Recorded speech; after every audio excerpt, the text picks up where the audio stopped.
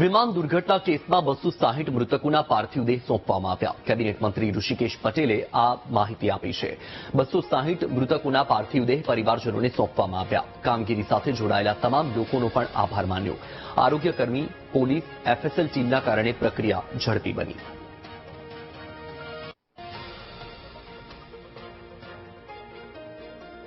આજ રોજ 28મી જૂન સુધીમાં જે 12મી જૂનના રોજ જે ઘટના બની હતી AI 171 જે ક્રેશ થયું હતું, એ ક્રેશ થયેલામાં કુલ્લે 260 જેટલા પરિવારજનોના સ્વજનો એમને ગુમાવ્યા હતા. એ 260 પરિવારજનોમાં 241 પેસેન્જર હતા અને 19 જેટલા એ નોન પેસેન્જર હતા.